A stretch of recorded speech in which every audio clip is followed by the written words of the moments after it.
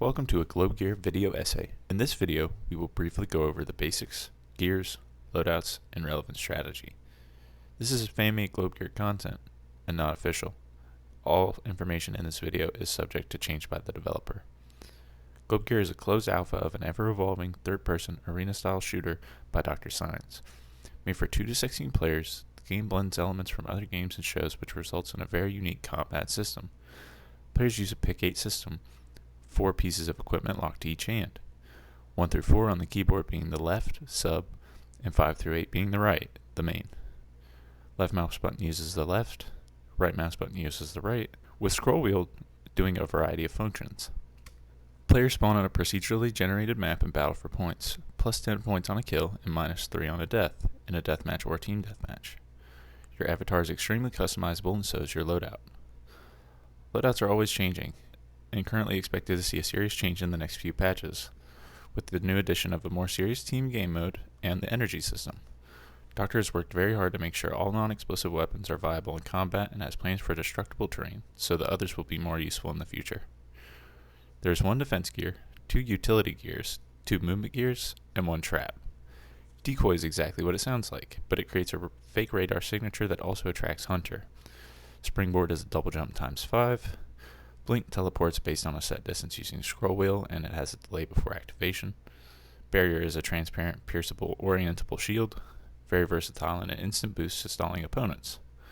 It can reflect bounder back at the user and take infinite 2 or higher split cubes. All are solid options, but cloak is essentially required with all the homing bullets flying around. In this game, your cloak hides your signature from homing bullets and Hunter along with your radar signature. The trap, Caltrops, is an anti-movement and mildly damaging deployable. Melee is a nice fallback when you run out of ammo. They're a bit clunky when going melee on melee and very unintuitive, but with the newest dodge and sprint changes, they are very nuanced with a high skill ceiling. Also, for running down and finishing off projectile enthusiasts, they are top class. Masamune, a katana, Dragoon, a spear/halberd, and Crusader, a shield sword, are just some of the planned melee weapons. To preface medium-range weapons, Doctor is working on lock-on for guns to make them more viable. Compared to other classes, Gunner requires the most skill at the moment. Your aim has to be more precise than a sniper, you have to manage spacing like a blade caster, and you have to have the best pathing, tracking, and escaping to make them effective. Lock-on will also be a huge factor for Hunter, as this will make it track much better, but also takes out auto-targeting. From the super close-range shotguns and handguns to medium to long-distance assault rifles, all types having 3 variants totaling 9 guns. Generally viewed as a support role, gunners apply tactical pressure to fights and pick off targets who attempt to run away. Shotgun and pistol users may as well be sword users. Hunter, or homing cubes, were essential for support and offensive roles as a caster, but now, Bounder, bouncy with slight homing, is a solid alternative. Though the learning curve is steeper, it has shorter or equal time to kill in certain defensive situations. Nova, or explosive, is basically being used as a short-range DPS burst. Bolt is exactly what you think. Strong, fast, piercing, and straightforward with good range. Sniper, to your surprise maybe, are the most abundant pure class. Snipers played a more offensive role in the past, but with recent mobility changes are forced to run in those previous 50-50 scenarios. We are seeing a shift towards more survival style sniping. Kestrel is the light sniper with extra ammo, bullet speed, and 2-shot headshot. Falcon is the classic hunting rifle with well-rounded stats, 1-shot headshot. Pelican is the heavy sniper with a slow bullet and recharge, 1 shot to anything even through medium terrain.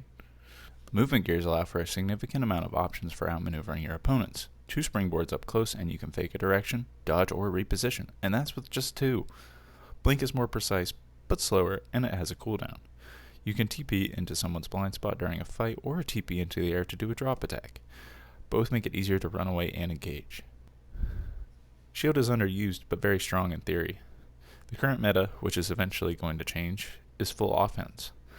Decoy has lost its place in most matches as it usually gives away your position.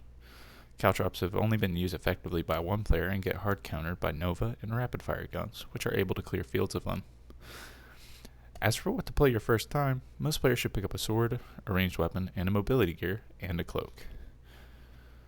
It will instantly give you lots of options and make you somewhat lethal. Guns are significantly weaker to cubes in terms of DPS, but they are also much easier to understand and have more ammo. A caster has to decide how to split their cubes, how many to use, prep them, aim, and fire. Guns are point and click. Snipers are also very easy to learn, but hard to master. As for tactics, snipers dominate large lobbies. On smaller maps and in smaller lobbies, sword users have a big advantage. Sword users are also very do-or-die players usually. Think of sword and sniper as like a forcing move in chess or strategy. Caster has the broadest combat range, the most burst damage, and utility, but with 3 guns, 9 total variants, there isn't even enough people using them to say much about them without it being about a specific player. I hope you enjoyed this little rundown. Sorry for the bad gameplay. In the future, I will be covering more specific aspects of the game. Take care.